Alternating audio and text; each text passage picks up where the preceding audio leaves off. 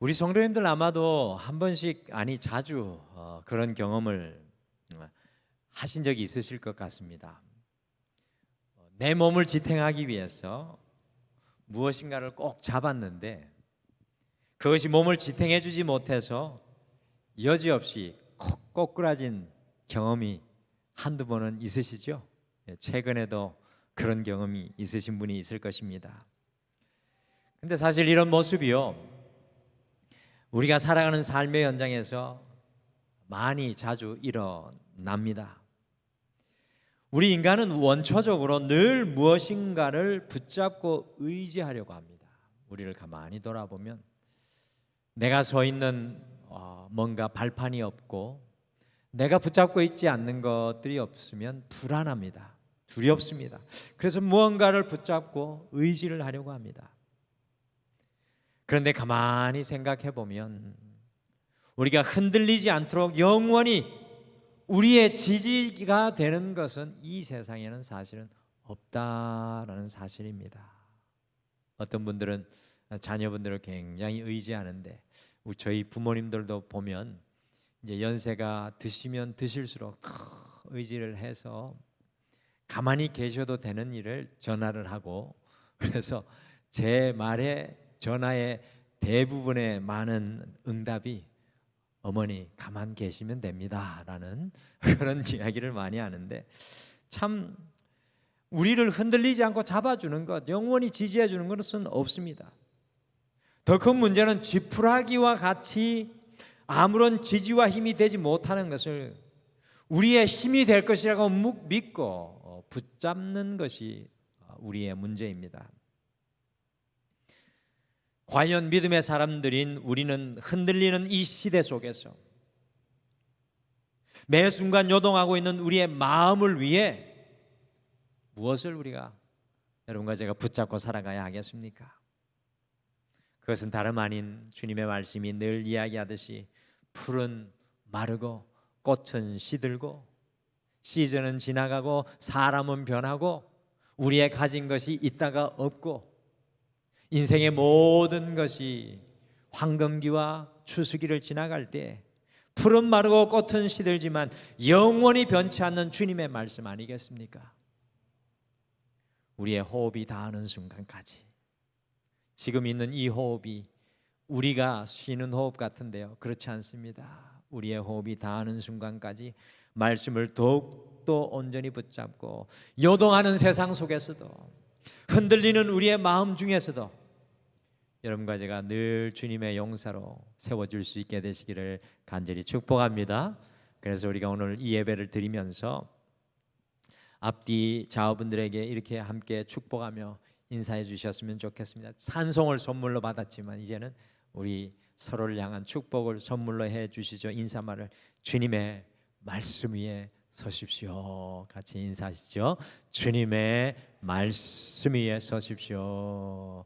주님의 말씀 위에. 오늘 그러하기 위해서 참 이 힘들고 어려운 이 시간 참 여러분들 주님 앞에 엎드린 줄 믿습니다. 저도 수요일 날엔 특별히 더 피곤합니다. 왜 그런가 하니 이제 말씀을 이렇게 새벽부터 아침부터 이 시간 오기까지 묵상하며 준비하다 보면 피곤이 쌓이는데, 우리 성도님들은 참 일하면서, 또 어떤 분들은 저 아산에서, 또 어떤 분들은 일터 바쁜 그 지하철을 뚫고 오고 가고 하시면서 얼마나 피곤하십니까? 그런데 우리가 주님의 말씀 위에 서기를 바랍니다. 우리 등마루는 큐티 묵상집인 매일 성경 본문을 가지고 새벽마다 말씀 묵상하고 계신 거 아시죠? 모르는 것 같이 그렇게 저를 바라보시면 안 됩니다. 그래서 수요일 날 말씀도 그 매일 성경 본문의 말씀, 주일 날 말씀은 어디일까요? 본문 말씀이 매일 성경의 한 부분. 그래서 특별히 새벽에 설교했던 내용을 더 심화해서 우리 성도님들과 함께 나누고 있는데, 우리가 예레미야가 끝이 났습니다. 그렇죠? 예레미야는 1장부터 몇 장까지 있습니까? 할렐루야, 52장까지. 예레미야 애가는 몇 장부터 몇 장까지 있습니까? 할렐루야. 우리 지휘자님이 6장까지 지난번에 있다고 그래가지고 저도 뭣도 모르고 그렇습니다 그랬는데 5장까지 있습니다. 여러분들 다 했던 다 표시가 나네요. 다 알고 계시네요. 그래서 우리가 이제 예레미야를 끝내고 열왕기 하로 왔습니다. 우리 열왕기 상을 지난번에 하고 열왕기 하로 이제 다시 돌아와서 오늘 새벽까지 열왕기하 2장 말씀을 새벽에 함께 나누었습니다. 열왕기 하 말씀은 스토리, 내러티브가 많이 있어요. 아주 재미있고 흥미진진한 말씀인데 이 열왕기의 말씀을 매일 새벽마다 그리고 주일 설교로 수요일 말씀으로 함께 나눌 텐데요. 이 열왕기서의 말씀을 개론적으로 함께 멀리 숲을 바라보듯이 조망하면서 열왕기서의 말씀을 더욱 온전히 품는 9월 한 달이 되었으면 좋겠습니다. 전 너무 좋은 것 같아요. 이전에 이렇게 성경을 3년이면 다 본다 그랬죠. 매일 성경 이렇게 안 할 때는 왔다 갔다 했는데 하나님 말씀이 차곡차곡 내 마음의 창고에 쌓이는 느낌이 들어서 너무 좋습니다. 그래서 오늘은 성경 개론 10번째, 앞으로 이제 새로운 성경 할 때는 수요일에는 성경 개론을 할 텐데 성경 개론 10번째 시간으로 열왕기서의 말씀을 개론적으로 오늘 이 시간 함께 좀 공부를 할 겁니다. 그래서 이미 좀 지친 얼굴로 목사님 공부 하루 종일 하고 왔는데 또 뭔 공부를 합니까? 그런 얼굴이지만 같이 공부하면서 오늘을 살아가는 우리에게 열왕기서가 어떻게 적용되어야 할까라고 우리가 함께 마음을 좀 품고 앞으로 한 달 동안 열왕기서와 친숙해지기를 간절히 소망합니다. 열왕기서는 몇 권으로 되어 있습니까? 2권. 확실하십니까? 열왕기 상하 2권이나 상하나 우리 반주자님 지혜로운데 원래는 열왕기는 한 권입니다. 근데 이제 이거를 70인역 헬라어 성경이 나올 때 2개로 갈라놨어요. 사무엘 상하도 마찬가지고 역대 상하도 마찬가지입니다. 그래서 사실은 상하는 한 권이다라는 그런 인식을 가졌으면 좋겠습니다. 자, 열왕기서가 오늘 살아가는 우리에게 어떻게 적용이 될까요? 오늘 보니까 열왕기서는 누가 왕인가를 우리에게 도전하는 말씀입니다. 누가 왕인가? Who is the king of our life? 우리의 삶에 누가 왕인가를 도전합니다. 이 사무엘 상하와 열왕기 상하는 같이 읽어야 할 성경입니다. 그러니까 사무엘 상하, 열왕기 상하는 같이 읽어야 될 성경인데 사무엘 상은 이스라엘을 사사들이 다스리는 사사의 시대에서 왕이 다스리는 왕정의 시대로 넘어가는 이야기로, 그러니까 사무엘 상에는 사무엘 선지자와 사울 왕과 다윗 왕의 이야기가 사무엘 상하에 기록되어 있습니다. 그 세 사람이 중심 인물입니다. 곧 사무엘 상하는 이스라엘을 영광스럽게 하나로 세우시는 하나님의 말씀입니다. 그런데 열왕기 상하는 다윗의 말년부터 솔로몬의 시대를 지나가지고 북이스라엘이 멸망하고 남유다가 멸망하는 시대까지 이 안타까운 역사를 기록한 이스라엘의 멸망의 이야기입니다. 사무엘 상하는 세우시고 열왕기 상하는 이제 망해가는 이스라엘 나라의 모습을 보여줍니다. 열왕기 상하는 오늘 함께 읽으신 본문의 말씀처럼 오늘 앞에는 북이스라엘이 망하는 장면이에요. 너희는 이제 망할 거야 라는 말씀이고 뒤에 23장 말씀은 남유다가 무너지게 되는 이야기입니다. 근데 그 이유를 왜 이 하나님이 세우신 나라가 망할 수밖에 없는지 구체적으로 말씀해 주시는 신학적인 역사서가 열왕기 상하의 말씀입니다. 망하는 이야기 별로 안 좋으시죠? 근데 우리의 인생에 있어서 이것보다 더 귀한 말씀은 없습니다. 이 열왕기 상하는 바벨론의 포로로 끌려가 있었던 남은 자들인 유대인들을 위해 쓰여진 말씀입니다. 나라가 다 망해서 포로로 끌려가는 사람들을 위해서 쓰여진 말씀입니다. 열왕기 상하는 다윗 왕의 말년과 솔로몬 왕의 등극으로 시작을 해서 북왕국의 19명의 왕들, 이제 기억하세요? 북왕국의 19명의 왕들이 나옵니다. 혹은 20명이라고 하는데 어쨌든 19명이 제가 더 정확한 것 같습니다. 19명. 그리고 남왕국은 20명의 왕들의 이야기와 바벨론의 포로로 끌려간 여호야긴 왕의 바벨론의 석방까지 BC 970년부터 BC 550년까지 약 420년간의 이스라엘의 왕정사가 열왕기상 하에 기록되어 있습니다. 특별히 솔로몬 왕과 더불어서 북왕국의 19명의 왕과 남왕국의 20명의 왕들의 신앙의 모습을 열왕기서가 아주 간략간략하게 보여줌으로써 인간의 왕은 정말 부족할 수밖에 없음을 보여줍니다. 북왕국의 19명의 왕들을 모두 다 악한 왕으로 열왕기상하는 정의를 합니다. 여러분들, 북왕국의 19명의 왕들은 선한 왕이 하나도 없었습니다. 놀랍지 않습니까? 19명의 왕들이 지나갔는데 선한 왕이 하나도 없습니다. 그러면 남유다의 왕들이 20명이 지나갔는데 몇 명이 선한 왕이었을까요? 혹시 아는 분이 있습니까? 3명 그 범주 안에 들어가는데 더 많아야 됩니다. 8명. 2명은 여러분들이 잘 아는 히스기야와 요시야. 특별히 강조해서 말하지만 6명은 그래도 선한 왕의 범주다라고 해서 8명이 이 하나님 앞에 정직한 왕으로 평가를 받았습니다. 심지어 솔로몬 왕은 말할 것도 없고 다윗 왕조차도 열왕기상하, 사무엘상하, 열왕기상하에 보면 주님 앞에 실수하고 죄악을 범하였을 뿐만 아니라 정직하다고 평가받은 8명의 왕들도 신앙적으로는 사실은 턱없이 모자라고 연약한 것을 적나라하게 보여주는 것이 바로 열왕기상하의 말씀입니다.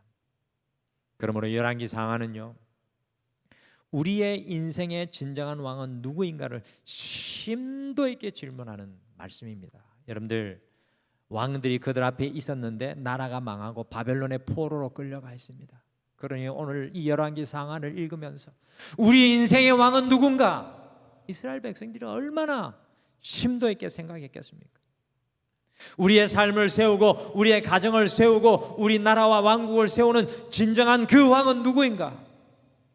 이 열왕기상하는 우리에게 도전하는 것입니다. 열왕기서에 따르면 우리의 신앙에서 가장 중요한 것은 지금 이 순간 우리의 인생의 왕은 누구신가입니다. 여러분들, 지금 이 순간 여러분과 저의 인생의 왕은 누구입니까? 우리의 신앙의 핵심은요, 우리의 왕이 누구인가라는 질문입니다. 여러분과 저의 인생의 왕이 누구인가? 사랑하는 성도 여러분, 우리의 인생의 왕은 과연 누구입니까? 누가 여러분들 다스리고 통치하고 있습니까? 여러분과 저의 고백이 오늘 찬양에서 고백했던 것처럼 주님께서 나의 왕이십니다. 주님께서 나의 힘이십니다. 오직 주님만이 나의 능력이십니다. 주님만이 나의 산성이고 나의 소망이십니다.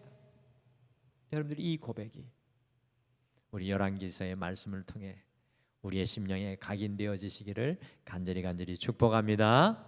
우리 모두는 약합니다. 옆에 분들 한번 돌아보세요. 여러분들, 사람 보고 그래서 실망하면 안 됩니다. 우리는 오직 왕 되신 하나님 아버지. 또 열왕기서는요, 우리의 삶의 기준이 무엇인가를 도전합니다. 우리의 삶의 기준은 무엇인가? 첫 번째는 뭐라고요? 우리의 왕은 누구신가? Who is my king? 두 번째는 Who is my standard? Who is the standard? 누가 우리의 삶의 기준인가? 무엇이 우리의 삶의 기준인가? 여러분들, 열왕기 상하의 구절을 아주 간단하게 나누면 앞에 보시는 도표와 같습니다. 앞에 도표 한번 보시죠.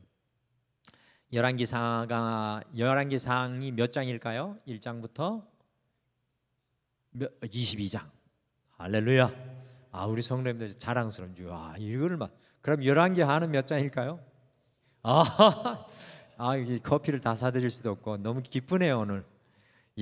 근데 열왕기상 길잖아요. 거의 50장 가까이 되는데 그 구조를 나누면 이래요. 열왕기상 1장부터 11장까지 솔로몬과 통일 왕국 시대의 역사를 말합니다. 그래서 솔로몬이 언제 왕으로 등극하냐면요, BC 970년, 40년 동안 다스리는데 930년까지 다스려요. 이게 통일 이 이스라엘의 1대 왕은 누굽니까? 사울. 2대 왕은 누굽니까? 다윗. 그럼 통일 왕국은 언제부터 됩니까? 언제부터? 다윗. 그러면 쉽게 생각하세요. 사울, 다윗, 솔로몬은 몇 년간 다스렸을까요? 각각? 그냥 40년, 40년, 40년. 재밌습니다. 근데 열왕기상 1장부터 11장까지는 솔로몬 왕과 통일 왕국 시대의 역사를 말합니다. 솔로몬이 다윗 왕을 이어서 왕이 되는 때가 BC 970년이고 그가 무려 40년 동안 통치를 하여서 BC 930년까지 왕으로 일하였습니다. 열왕기상 12장에 매우 중요한 사건이 일어납니다. 여러분들 중요해요. 여기 기점이에요. 12장에 어떤 일이 일어나냐면 다윗 때로부터 통일 왕국이었던 이스라엘이 솔로몬의 아들인 한번 따라합시다. 르호보암 왕 때 두 개의 나라로 분열이 됩니다. 그 이유가 뭐냐 하면 솔로몬 왕이 말년에 25년까지는 잘 다스렸어요. 하나님 성전 짓고 왕궁 짓고 일하면 문제가 없는데 한가하면 문제가 생겨. 나머지 14년 아닙니까? 14년은 완전히 우상 숭배하고 난리가 납니다. 그래서 하나님을 떠났기 때문에 또한 르호보암 왕이 젊은 신하들의 말을 따라서 백성의 무거운 세금, 아버지 때 주어졌던 그 세금을 감면해 주어야 되는데 그렇지 않았기 때문에 이 다른 왕국으로 분열이 됩니다. 그래서 솔로몬 왕의 군사를 책임지고 맡았던, 따라합시다, 여로보암. 솔로몬의 아들은 누구라고요? 르호보암. 그 솔로몬의 군대 장관은 누구라고요? 여로보암. 요거 비슷해서 헷갈립니다. 이 여로보암이 이 10개 지파와 더불어서 북왕국 이스라엘로 분리돼요. 그때가 몇 년이라고요? BC 930년. 그렇죠. 솔로몬의 아들인 르호보암 왕은 유다 지파의 베냐민 지파와 더불어서 북왕국 이스라엘 몇 개 지파? 10개. 남왕국 유다는 몇 개 지파? 2개 지파인데 유다 지파하고 베냐민 지파가 남왕국으로 분리됩니다. 다시 도표를 보시면 열왕기상 14장부터 열왕기하 17장까지는 열왕기상 12장부터 열왕기하 17장까지는 분열 왕국 시대가 도래하고 결국 BC 722년에, 이것도 기억하시죠? BC 722년에 약 203년 이후에, 솔로몬 왕 이후에 203년 이후에 북왕국이 아시리아에 의해 멸망을 당하는 이야기가 기록되어 있습니다.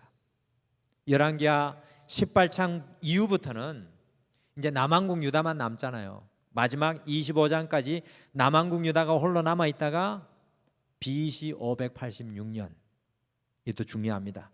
이 남왕국 유다가 포로로 끌려가서 여호야긴 왕이 BC 560년에 풀려나는 이야기까지 기록된 것이 바로 이 열왕기 하의 말씀입니다. 좀 공부해 볼까요? 솔로몬 왕이 왕으로 된 때가 언제입니까? BC 970년. 통일 왕국이 그러면 분열 왕국이 되는 때가 르호보암 왕이, 다윗 아들 르호보암 왕에서 누가 나갑니까? 여로보암. 그때 분열될 때가 언제입니까? BC 930년. 그러다가 북왕국이 19명의 왕이 지나가서 203년 후에 BC 722년에 망하고, 누구한테 망합니까? 아시리아한테 망하고, 그 다음에 그 이후에 BC 586년에 남왕국 유다가 망합니다. 이게 열왕기 상하에 다 들어가 있습니다.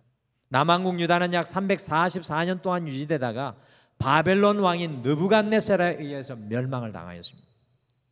특별히 북왕국 이스라엘의 19명의 왕들과 남왕국 유다의 20명의 왕들의 이야기들이 기록되어 있는데 그 왕들의 행적을요, 앞에 화면에 보는 것과 같이 정형화된 패턴으로 열왕기 상하는 기록하고 있습니다. 보면은 각각의 왕들이 어떻게 일했는지 그것을 기록하는 동일한 패턴이 열왕기서에 계속 반복됩니다. 그 첫 번째로 남왕국의 왕을 소개할 때, 남왕국의 왕을 소개하면 북왕국이 지금 현재 누가 왕인지를, 동시대의 왕을, 동시연대기 왕을 소개합니다.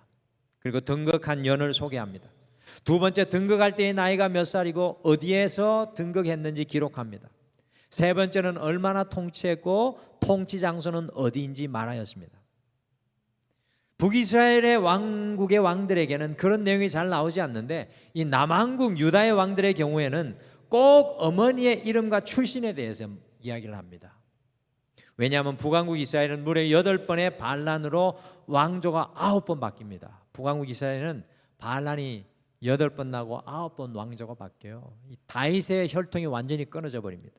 근데 남왕국 유다는 계속해서 다윗의 혈통이 이어가기 때문에 그 어머니가 누구인지를 남왕국 유다의 왕들을 이야기할 때는 계속 이야기합니다.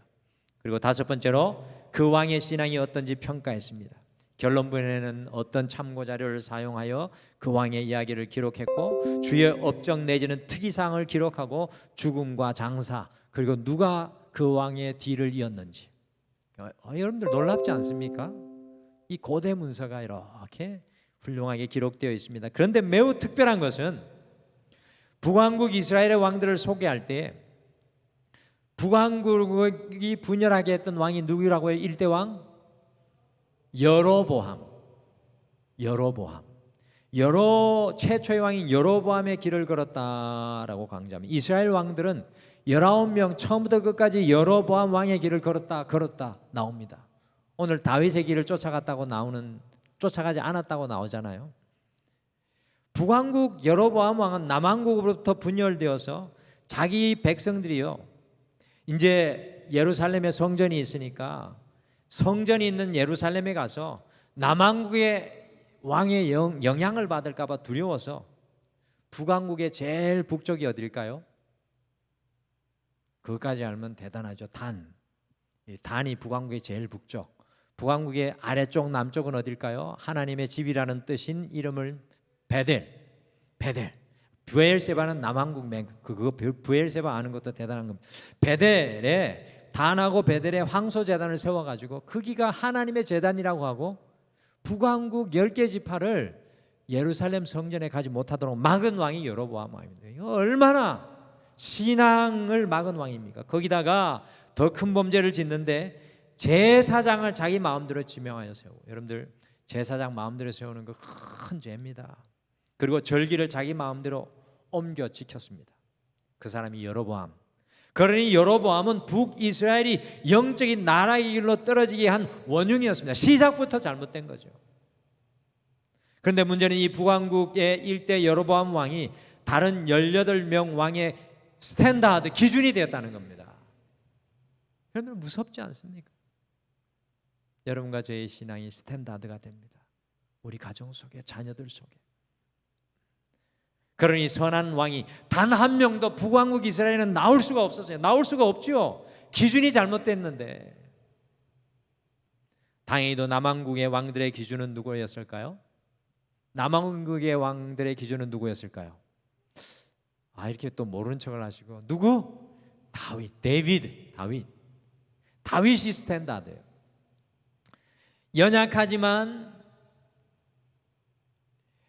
하나님의 뜻대로 살았던 다윗 왕이 기준이 되니까 20명의 왕들 중에서 몇 명이 선한 왕이 나왔다고요? 8명. 2명 엑셀런트 왕, 그리고 4명 그래도 하나님 보시기에 아름다운 왕들이 나왔습니다. 이와 같이 열왕기서는요, 우리의 삶의 기준, 스탠다드가 무엇인가를 질문하게 하고 도전합니다. 그러니까 열왕기상 왕들을 쭉 보면 계속 우리를 살펴봐야 돼요. 아사왕 참 선한 왕으로 나오거든요. 아사하고 나하고 닮았나? 여러분 북왕국 왕 중에 한 사람 생각나는 사람 한 사람만 이야기해 보십시오. 아합, 내 이야기하고 싶었는데. 아합 조금 있다가 또 나옵니다. 아합 정말 악한 왕 중에 왕이거든. 나하고 상관없어라고 하면 안 돼요. 느봇의 포도원을 빼앗고 그런 난리가 없습니다. 과연 여러분과 저의 삶의 기준은 무엇입니까? 여로보암입니까? 다윗입니까? 세상입니까? 아니면 하나님입니까? 여러분들 기준이 있으셔야 돼요. 스탠다드가 있어요. 여러분들 신앙인들이 스탠다드가 없으면 안 됩니다. 우리에게는 분명한 스탠다드가 있어야 돼요. 세상의 통념과 관습과 성공입니까? 아니면 주님의 가치와 말씀입니까? 우리의 기준이 주님이시고 말씀이고 주님의 세계관이라면 우리의 삶은 과연 어떻게 달라질까요?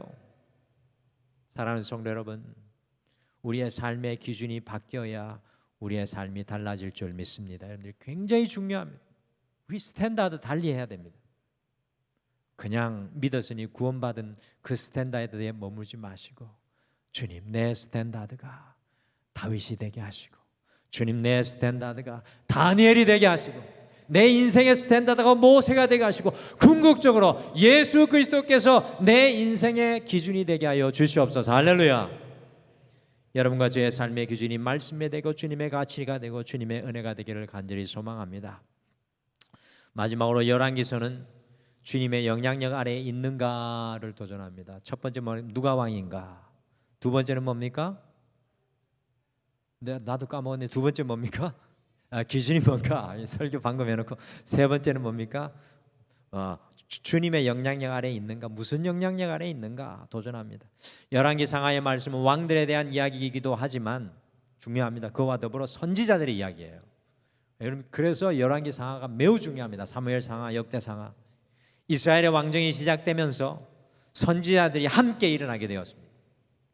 그것은 특별한 이유가 있는 겁니다. 여러분들, 선지자면 모세도 선지자였지만 본격적으로 선지자가 일어나는데 누굽니까? 그렇죠, 사무엘 선지자가 어떻게 보면 이 선지자들의 일대로, 제대로 된 일대로 보셔야 돼요. 사무엘이 누구를 왕으로 세웁니까? 사울. 그러니까 왕이 시작되면서 선지자들이 함께 일어나게 되었습니다. 그건 특별한 이유가 있는 겁니다. 왜냐하면 하나님의 말씀에 불순종한 왕들은 주님의 말씀을 들어야 하지 않습니까? 그 주님의 영향력과 경고를 선포하는 사람들이 누구였다고요? 선지자. 오늘날에 우리의 신앙은 선지자가 없는 게 문제입니다. 여러분들, 우리 목회자들이 그런 역할을 감당해야 되는데 우리는 성도가 무서워. 그래서 선지자 노릇을 못할 때가 너무 많습니다. 제가 두 손 들고 무릎 꿇고 있어야 되는데, 이 선지자들 하나님의 영향력을 나타내는 사람입니다. 기억하시죠? 다윗 왕이 그의 신하 우리아의 아내 바세바를 범했을 때 선지자 누가 다윗에게 달려갔습니까?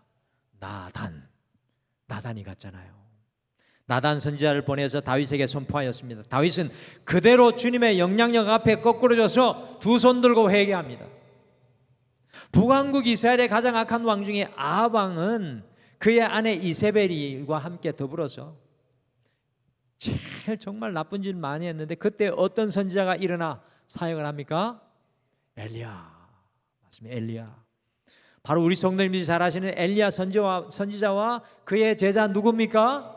엘리사 선지자가 그때 일어나게 됩니다.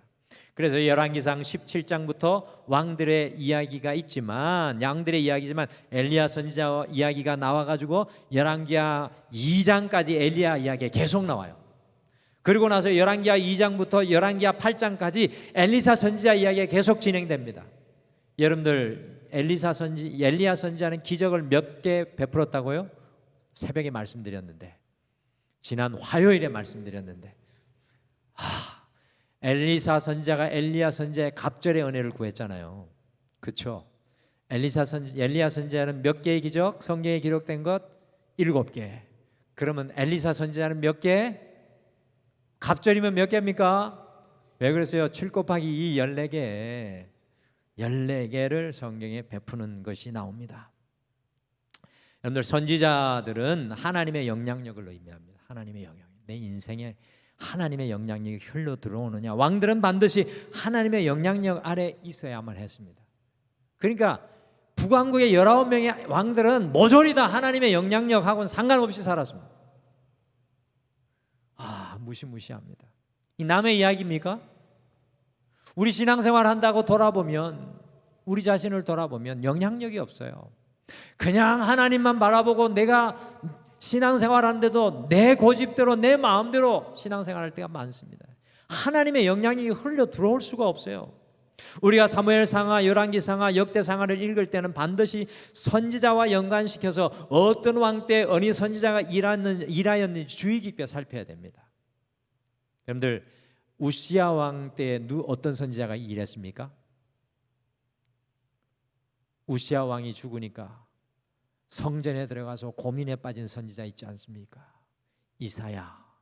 이렇게 이 왕들하고 선지자를 연결시켜야 돼요.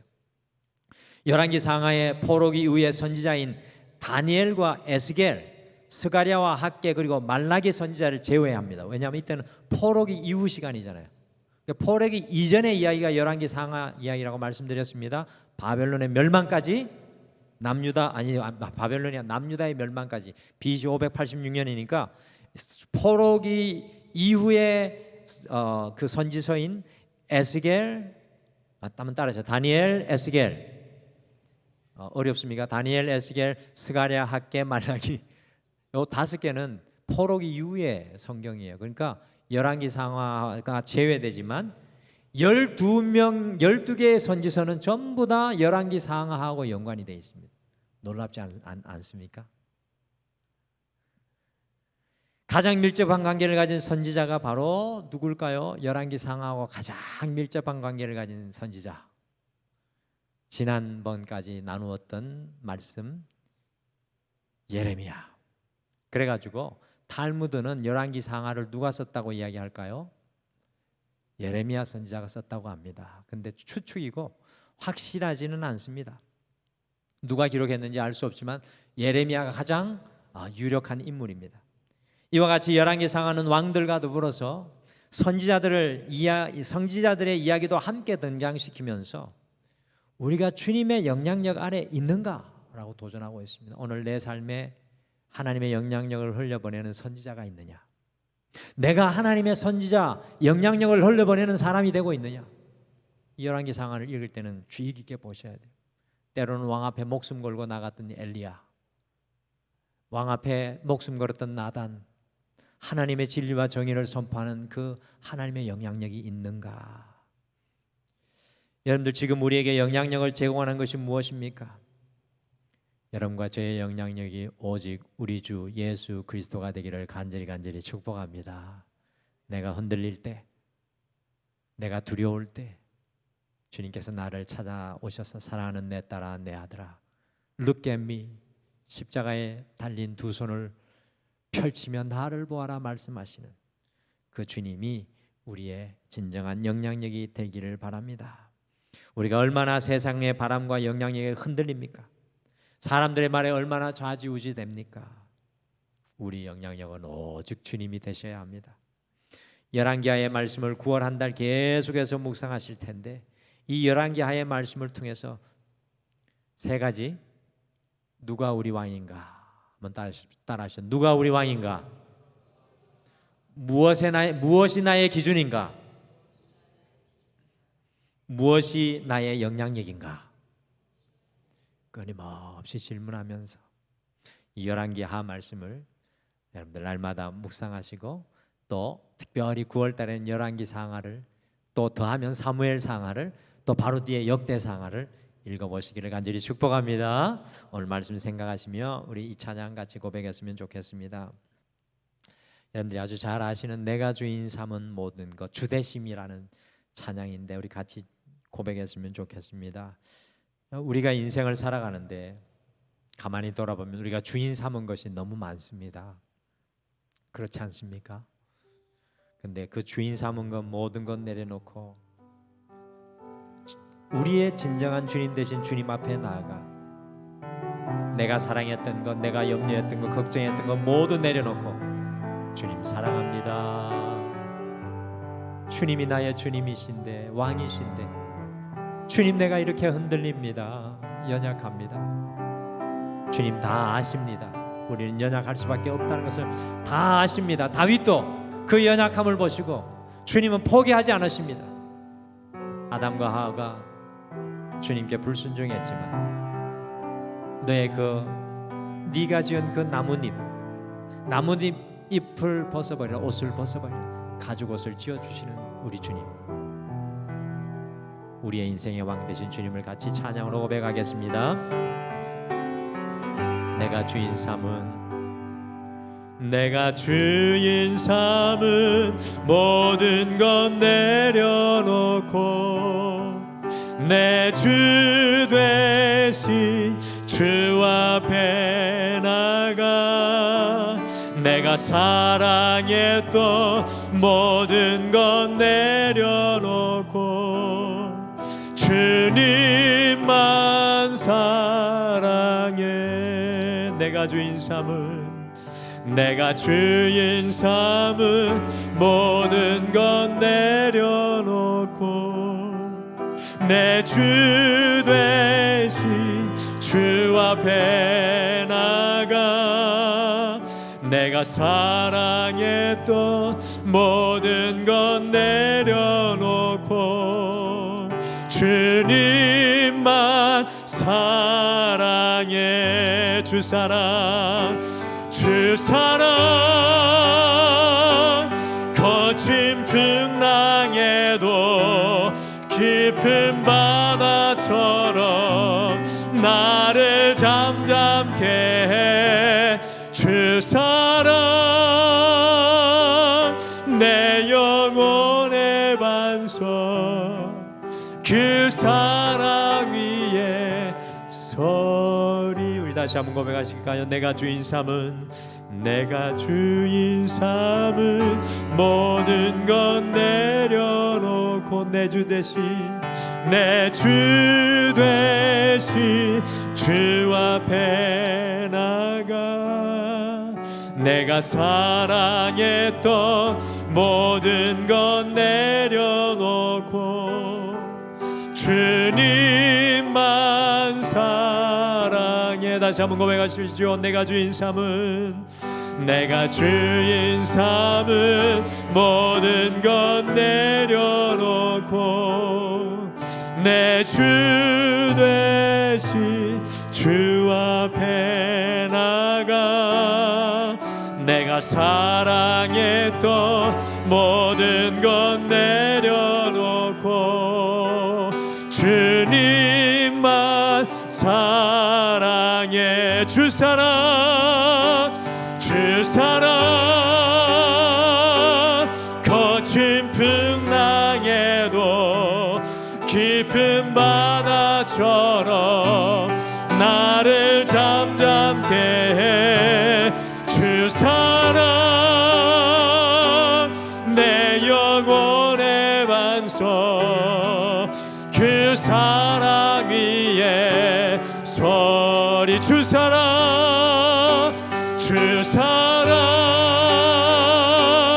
거친 풍랑에도 깊은 바다처럼 나를 잠잠케 해. 주 사랑 내 영혼의 반석 그 사랑 위에 서리.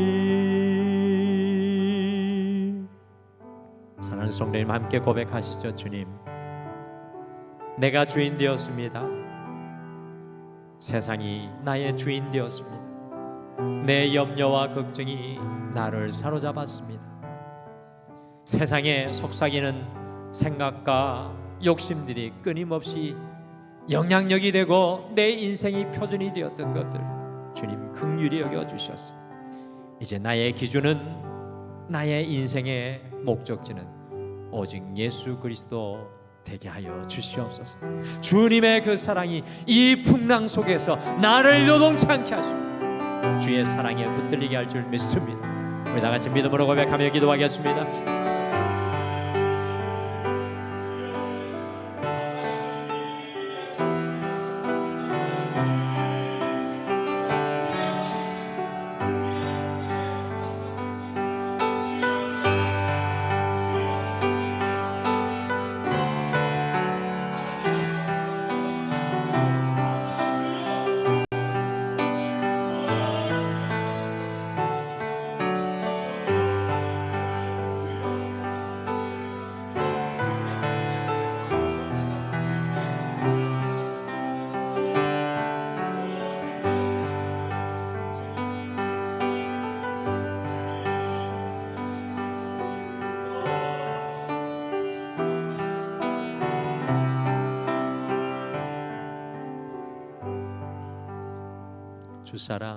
주 사랑 거친 풍랑 깊은 바다처럼 나를 잠잠케 해 주 사랑 내 영혼의 반석 그 사랑 위에 서리.